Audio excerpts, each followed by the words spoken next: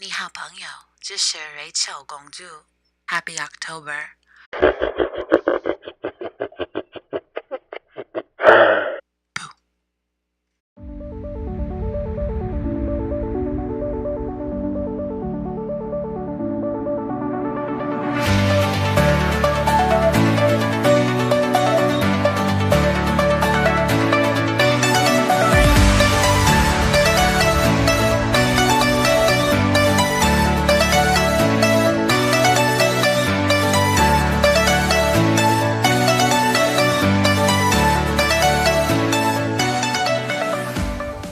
Hey everybody, welcome back. Please ignore these bags under my eyes as I got like 3 hours of sleep, so we'll just leave that there.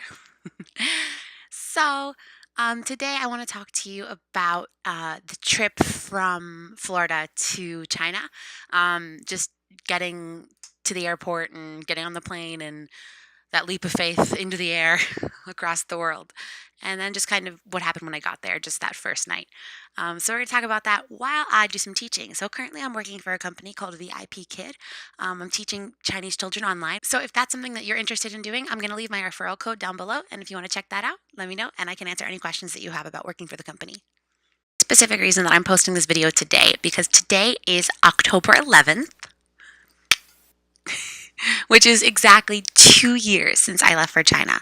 So 2 years ago today, 2 years ago right now, I was at the airport, on my way to the airport, at the airport, at the airport. That is why I'm posting this video today, because I want to commemorate the 2-year anniversary since the day that I left for China. Anytime I go somewhere, I pack for eternity before I leave.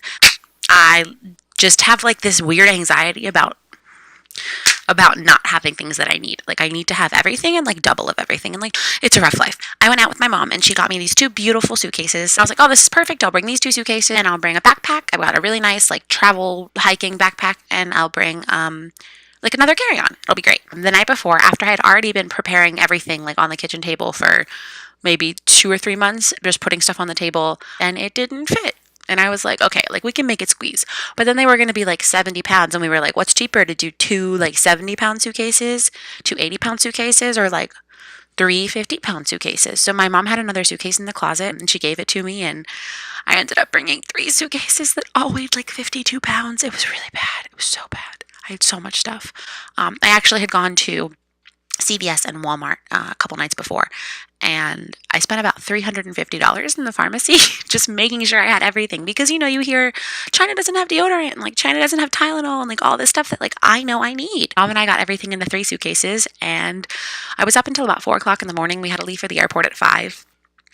We got to the airport, and of course my suitcases weighed like 52 pounds each, and you know the limit's like 50, and then if it's not, they charge you $100.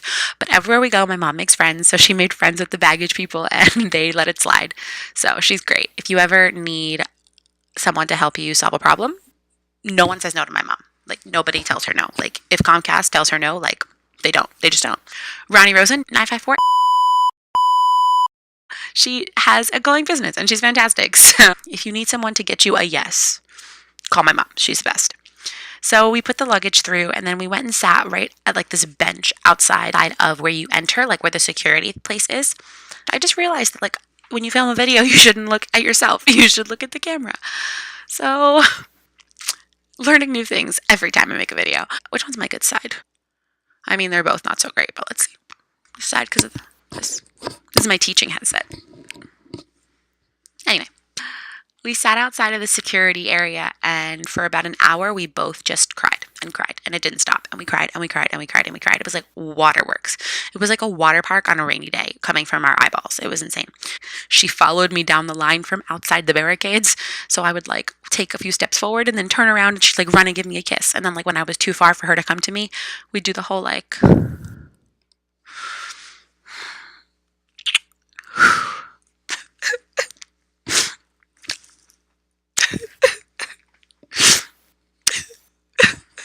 It was intense. We were both very upset.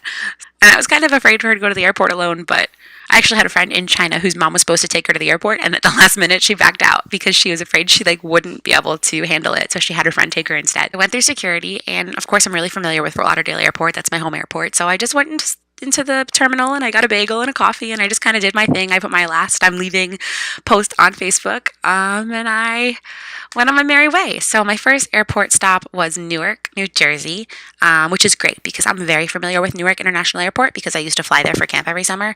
So I was really comfortable in that airport. It was like a good place for me to have my layover. I actually sat at Starbucks and canceled my Sprint plan, and I was like, "Hey, like I need to cancel," and they were like, "Oh, like."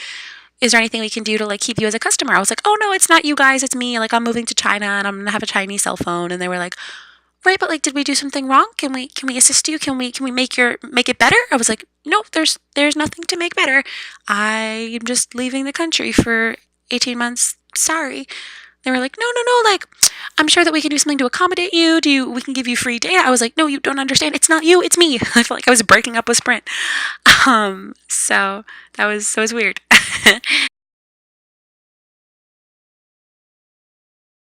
So I got on my plane, and I think this flight was like this. Getting on this plane was the most difficult. You know how when you go from the terminal into the flight, and it's really not a long walk. Like if you're not waiting in line, it only takes like a minute to like go right through. Um, Literally felt like a year. Wait, like getting onto the plane, walking onto the plane felt like eternity. I just remember being so scared and so afraid, and just looking like out the windows of the sides of like the entranceway out of America for the last time, and I was just like, oh my God, what am I doing? From Newark to Beijing was, I believe it was like 14 hours. I fell asleep before the plane took off and I didn't know how long I was out. And when I had woken up, I figured, oh great, we've probably been in the air like 3-4 hours already. It had been an hour and a half and we were still on the ground. We didn't take off yet. Flight actually went by pretty quickly. I watched a couple movies and I watched The Big Bang Theory, a couple episodes of that. They have like these really cool TV screens that have like a couple hundred movies and TV shows and games and stuff like that. So it was really cool. It kind of helped the time pass by a little bit faster. Finally landed in Beijing, and that's when the pressure was like kind of at a low. Like I wasn't so stressed out anymore because the hardest part was over. Like for me, the hardest part was like leaving Fort Lauderdale and like packing and just being prepared and like having everything I needed. That was the most challenging part. So like the worst was over. So I kind of felt like I was a little bit relaxed. When I got to Beijing International Airport, I went up to the desk and I knew that I had to ask about my luggage because sometimes if you travel internationally, you have to, at your layover city, you have to take your luggage through customs. You have to kind of get your luggage, go through customs with it again, and then recheck it. So if you ever travel internationally, especially in China, and you're like going to 2 different cities, be careful. Make sure that you do that because you don't want your luggage to be in the city behind you.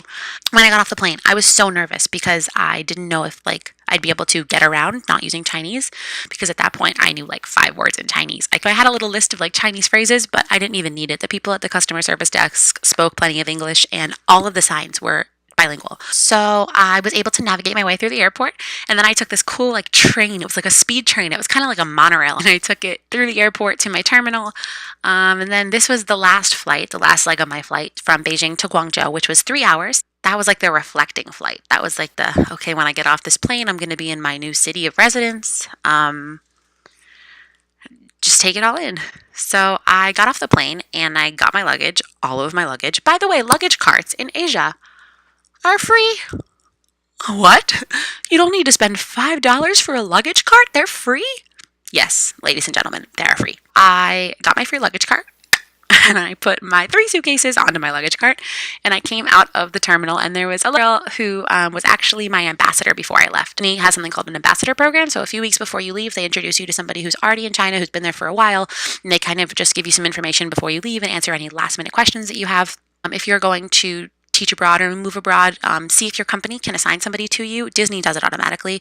But if you're going to another company, see if they can assign somebody to answer some questions for you, because it was really helpful at the last minute. She was shocked at the amount of luggage that I had. I thought she was going to like fall over. She put me in a van by myself with the luggage because she didn't think that the other girl would fit with her luggage, but we had a couple of vans reserved because there were 3 of us. So she put me in a van and sent me to the hotel, and then she was just behind me with another girl named Aqua who she had picked up, and they took a van together. Sierra's flight had been delayed, so we didn't get to meet her until the following morning.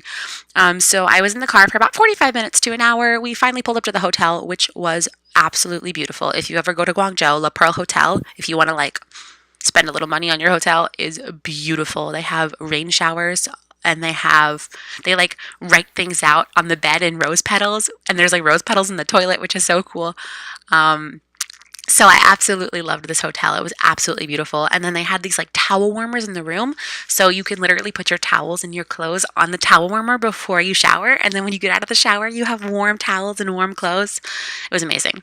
So I went upstairs and I put everything down in my room. And then the girl had texted me that she was there with Aqua. So I went downstairs. And the first thing I noticed was that her sweatshirt said Chicago. And I was like, that's kind of like a,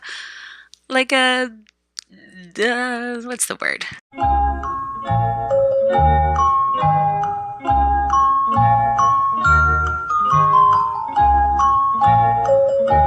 Like it was meant to be. Sure, let's go with that. I noticed her luggage was so cute. Of course, she only had like one big hard suitcase and like one carry-on, and I was like, how did she bring so little?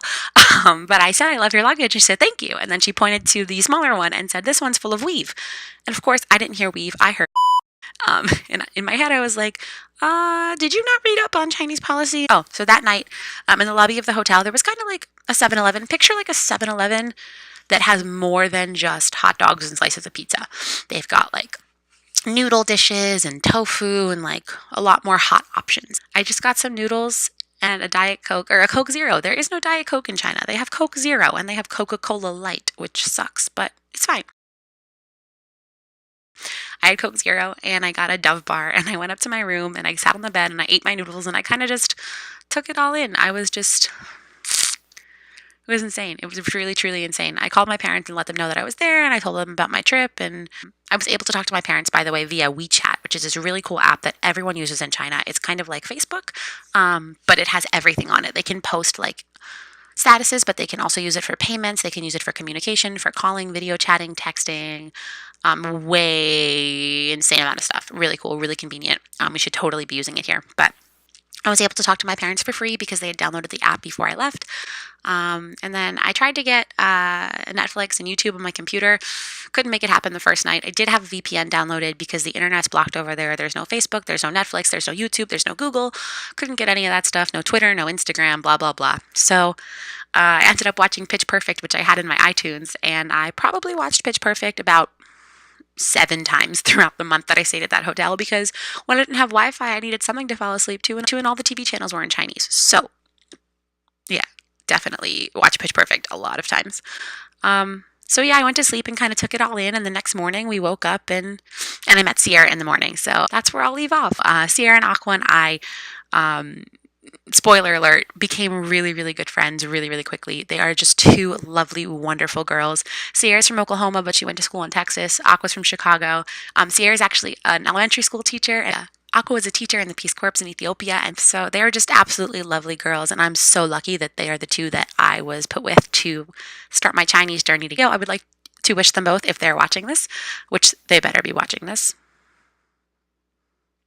I would like to wish them both a happy 2 years since the day before we met and the day that we had a long, long, long flight and the day that Aqua was sick on her flight and the day that Sierra's flight came in late and had to get back to the hotel by herself at like 2 o'clock in the morning.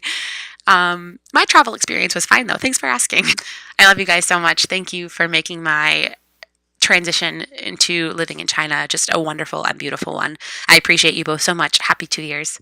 So yeah, that's this video. Thank you so much for watching. Again, if you're interested in VIPKid, because I am teaching for them this morning, I will leave a link down below.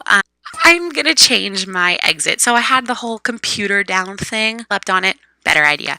So in China, something that people say to each other is 你是我的开心果.